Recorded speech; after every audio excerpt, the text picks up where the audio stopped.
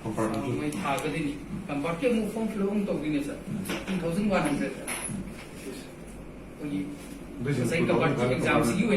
फी fees P कंपार्ट से whole मागी district centres हांगे sir को तमिल मिट इम्फाल लाग थाब याबते मागी डिस्ट्रिक्ट वाइज अनकपद हानदी कंपार्ट की सम स्कूल सेलेक्टेड खर खत तौबने कंपार्ट की एग्जाम अयम पांथोकसे अदुगा 150 amana form gi loge form adigi mark sheet lothok ni 150 for form hai ta sagi kan aduga kanuga sa maruina mark sheet lothok gi basan ban mo loge hai di sona kan na private school singa logi wari gi timings ta yari gi loge na bakana khami gai sa directly board ki side gi notification try notification ho kan da hai ko pisa sing and mark sheet to this mamang dan pa sama lo pa san ni pa ni hakala sa hum mo difference line ay namin to kari mo cc point mo 1 point the second point is like compact ki fees compact subject ang katang exam tha ba ni poi magi OCE na taga magi exam center ki kanu ki pesa ka chalo madiya 2100 per subject only one subject am ta compartment jab khana se ko compartment si mama hosi manipur wari sir moi test dum to hybrid ta na hello em ya ro manipur ki wala sir hosi ke place se class 9 10 almost 11 ka le sir 11 ki admission process ma hawra private school am bui bare high secondary am ai ta government ki all investigation to ba na to adu hosi lai ke se class 9 ni 10 ka ka mu si class 8 to the promotion la ni sir 9 to 10 di exam ta to ya school no wari se class 9 ni baru exam se aina even moi ki CBSE ki 10 12 ko last 3 ideas ne to mayam decision la ta ra hai ki lai ne ba ala ko si noi ko hum phamin na ga sa se sanstha na group phamin na ga khana na ga compartment la subject am to ram doi ni subject no 0 phang ni phang phang mo ga di lu bi ai but akan idea ko ga kano to do ba ni khale Music of Java. Well, yeah, it's a beautiful. Sounds like you get it. Compartmental how those start the thing compulsory promotion like that. And that's it, not COVID-19. Kano apagi apagi college hai ta apagi college ka ta mwa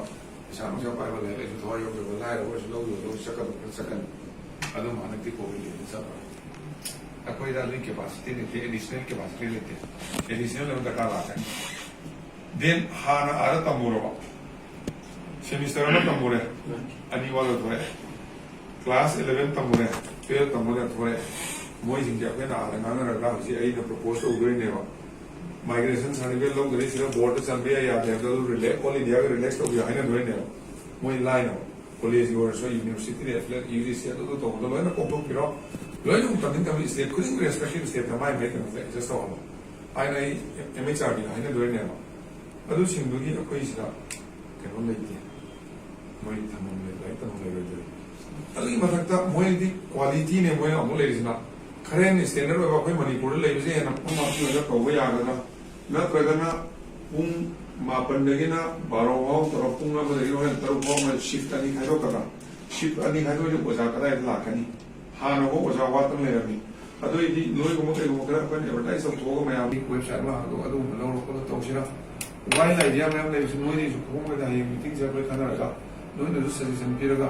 resolution ना तारा का CM में जो है कोई तारा का तो मुझे ना खाना नहीं दिया लेकिन अच्छा मुझे ले जाओ लात तो ले वो है लोगों ना हम का एजुकेशन में पैसा लाते हैं सीनियर का वजह अभी आई तुम जानते हैं सिर्फ तो खाना नहीं है हाँ लाभ नहीं होती जो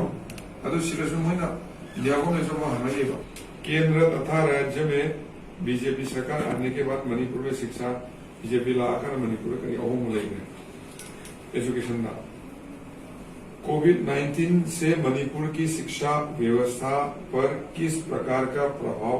पड़ा कोविड-19 मणिपुर की शिक्षा व्यवस्था पर किस प्रकार का प्रभाव पड़ा कोविड-19 लागू करना मणिपुर की एजुकेशन का इफेक्ट हो इम्पैक्ट करके देन शिक्षा के क्षेत्र में क्या क्या परेशानी आई चैलेंज करके थी एजुकेशन की सेक्टर का कोविड-19 से बिगड़े मसी क्रमायना अहोंग पुरकनी गैप से मेकअप तौगनी मणिपुर सरकार के द्वारा इस संकट कालीन घड़ी करी करी प्लान तौरे फगदा नवीनता फ्यूचर प्लान करी तौरे केंद्र सरकार की शिक्षा व्यवस्था केंद्र सरकार लोकलिजा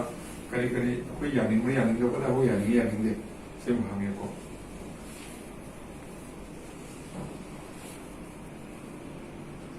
कोविड-19 से शिक्षा के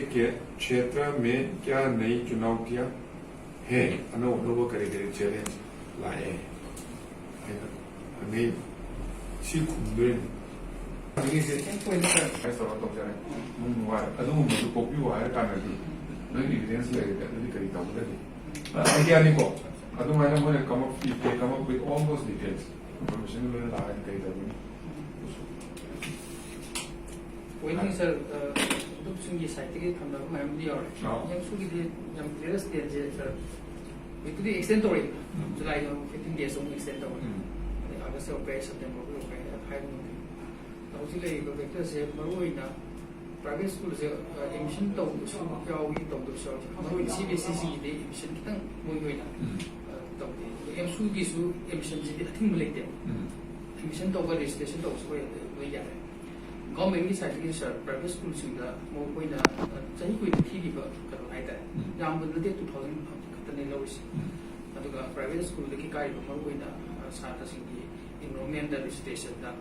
लौरी बसिंग से मसे रिलैक्सेशन पॉइंट खर तो की या ब्रा हादु मोले सब हाइगा गवर्नमेंट की साइड के हाइता आईडी प्राइवेट स्कूल दा मिंगसन मकाना एडमिशन फीस है एडमिशन की फीस स्ट्रक्चर वो काउंसिल का काउंसिल ने सरकार सब हाइगा wari bu handa ki compart tha da exam 2001 si मैं की मेन दी बोर्ड लेवल से काउंसिल लेवल गवर्नमेंट ने पूरे अदु मरु होइना सी रिलैक्सेशन तो भी आ इसलिए मतलब